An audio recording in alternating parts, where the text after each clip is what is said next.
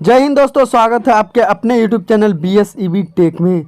दोस्तों, मैट्रिक परीक्षा 2023 में सम्मिलित होने वाले सभी छात्र एवं छात्राओं के लिए लाए हैं फिजिक्स का टॉप 30 क्वेश्चन, जो कि हर बार बार रिपीट किया जाता है। दोस्तों, वीडियो देखने से पहले आपसे छोटी सी रिक्वेस्ट है, अगर आप मेरे चैनल पर नए आए हैं तो मेरे चैनल को सब्सक्राइब कीजिए, बेल आइकन को प्रेस कीजिए और साथ में दोस्तों को लाइक शेयर करना ना भूले। तो लीजिए दोस्तों, वीडियो को स्टार्ट करते हैं। सबसे पहला मेरा क्वेश्चन है, प्रकाश के परावर्तन के कितने नियम है? तो प्रकाश के परावर्तन के जो नियम है दोस्तों 2, और ये क्वेश्चन बार बार रिपीट किए जाते हैं, इसको आप लोग को याद रखना चाहिए। तो लीजिए दोस्तों, अगले क्वेश्चन देखते हैं। लेंस की क्षमता का SI मात्रक क्या होता है? तो दोस्तों, लेंस की क्षमता का SI मात्रक डायोप्टर होता है। ये भी क्वेश्चन बार बार रिपीट किया जाता है, इसको भी आप लोग याद रखिएगा, भूलने की जरूरत नहीं है। अगला क्वेश्चन को देखते हैं। कौन सा लेंस वास्तविक एवं आभासी दोनों प्रकार के प्रतिबिंब बनाता है? तो इसका सही जवाब हो जाएगा उत्तल। तो चलिए दोस्तों, अगले क्वेश्चन की तरफ रुख करते हैं। ओम के नियम में किसका मान अचर है? तो ओम के नियम जो होता है दोस्तों, उसमें ताप एवं दाब का मान जो होता है ना, वो अचर होता है। ये क्वेश्चन भी बार बार रिपीट किए जाते हैं। चलिए अगले क्वेश्चन को देखते हैं। विद्युत धारा का SI मात्रक क्या है? तो विद्युत धारा का SI मात्रक है एम्पियर। ये भी क्वेश्चन काफी इंपॉर्टेंट रहा है। तो चलिए दोस्तों, अगले क्वेश्चन को देखते हैं। ऐसे 2 ऊर्जा स्रोतों के नाम लिखिए जिन्हें आप नवीकरणीय मानते हैं। तो नवीकरणीय कौन कौन से ऊर्जा स्रोत को मानते हैं? तो सबसे पहला हो जाएगा सौर ऊर्जा और दूसरा हो जाएगा पवन ऊर्जा। ये भी क्वेश्चन बार बार रिपीट किए जाते हैं। चलिए अगले क्वेश्चन को देखते हैं। काल्पनिक प्रतिबिंब होता है। तो काल्पनिक प्रतिबिंब जो होता है हमेशा सीधा होता है दोस्तों, यह आप लोग को याद रखना चाहिए, और वास्तविक प्रतिबिंब हमेशा उल्टा होता है। चलिए अगले क्वेश्चन को देखते हैं। अवतल लेंस का आवर्धन बराबर होता है। तो अवतल लेंस का आवर्धन बराबर होता है दोस्तों V/U होता है, V/U होता है। इसको याद रखना चाहिए आप लोग को। चलिए अगले क्वेश्चन को देखते हैं।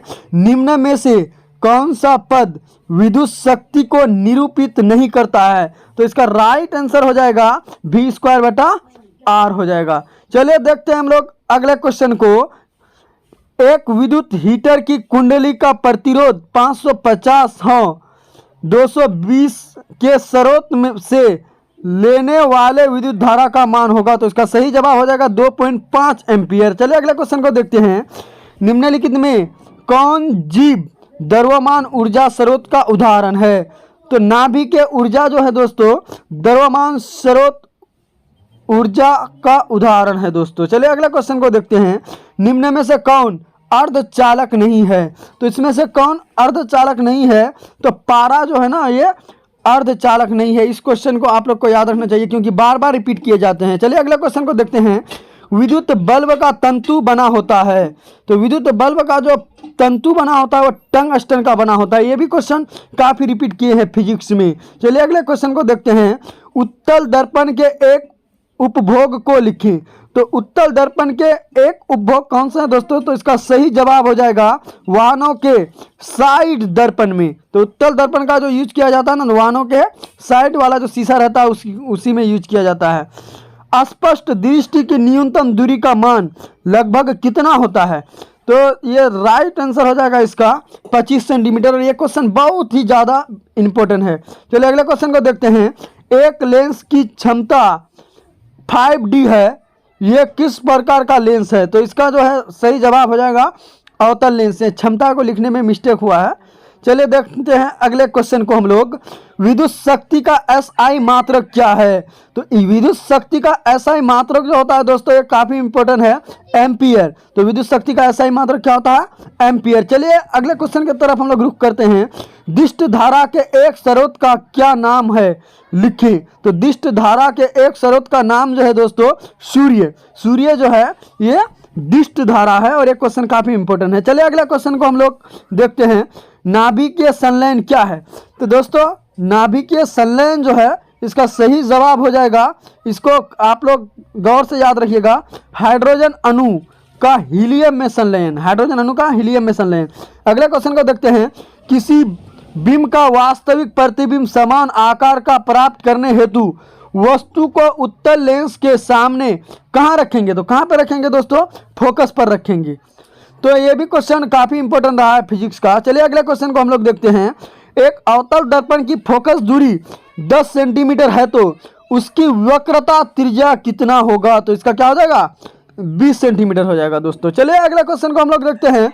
विद्युत फ्यूज विद्युत धारा के किस प्रभाव पर कार्य करता है, तो विद्युत फ्यूज जो है विद्युत धारा के उष्मीय प्रभाव पर कार्य करता है। किस प्रभाव पर, तो उष्मीय प्रभाव पर। ये भी क्वेश्चन काफी इंपॉर्टेंट रहा है। ये तीसरा क्वेश्चन काफी इंपॉर्टेंट है दोस्तों, एक बार जरूर देखें। एक कूलम आवेश कितने प्रोटॉनों से बनता है, तो एक कूलम आवेश 1.6 × 10⁻19 आवेश से बनता है। चलिए देखते हैं अगले क्वेश्चन को।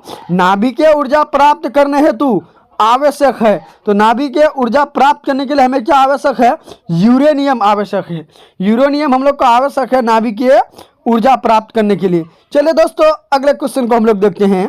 टंगस्टन निम्नलिखित में से किस ताप पर पिघलता है, तो टंगस्टन जो है किस ताप पर पिघलता है, तो 3500 डिग्री सेल्सियस पर पिघलता है। टंगस्टन 3500 डिग्री सेल्सियस पर पिघलता है।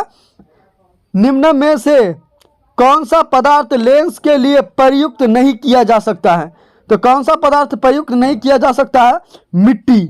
मिट्टी जो है ना लेंस के लिए प्रयुक्त नहीं किया जा सकता। अगले क्वेश्चन को हम लोग देखते हैं।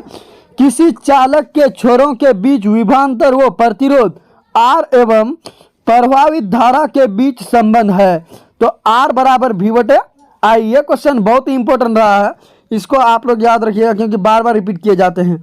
हमारे घरों में जो विद्युत आपूर्ति की जाती है वो है, तो क्या है दोस्तों, 220 वोल्ट पर प्रत्यावर्ती धारा हमारे घरों में जो यूज किया जाता है। ये काफी इंपॉर्टेंट रहा है, इसको आप लोग को याद रखना है, भूलना नहीं है। ग्लोबल वार्मिंग के लिए उत्तरदायी गैस थे। ये ग्लोबल वार्मिंग वाला क्वेश्चन जो है ना बहुत बार पूछे जाते हैं और बहुत बार पूछे भी गए हैं, तो CO2 हो जाएगा इसका राइट आंसर, CO2। चलो देखते हैं हम लोग अगले प्रश्न को और आखिरी प्रश्न को। किसी वस्तु का प्रतिबिंब आंख के जिस भाग पर बनता है वो है, तो क्या है दोस्तों, कहाँ पे बनता है, तो रेटिना पर बनता है। तो दोस्तों वीडियो कैसी लगी इसको कमेंट में जरूर बताइएगा। अगर वीडियो अच्छी लगी तो लाइक कीजिएगा और दोस्तों के साथ भी शेयर करने नहीं भूलिएगा। और अगर आप मेरे चैनल पे नया आए हैं तो सब्सक्राइब कीजिएगा, बेल आइकन को प्रेस कीजिएगा ताकि जितने भी वीडियो इस तरह का बनाए सबसे पहले पहुंचे आप।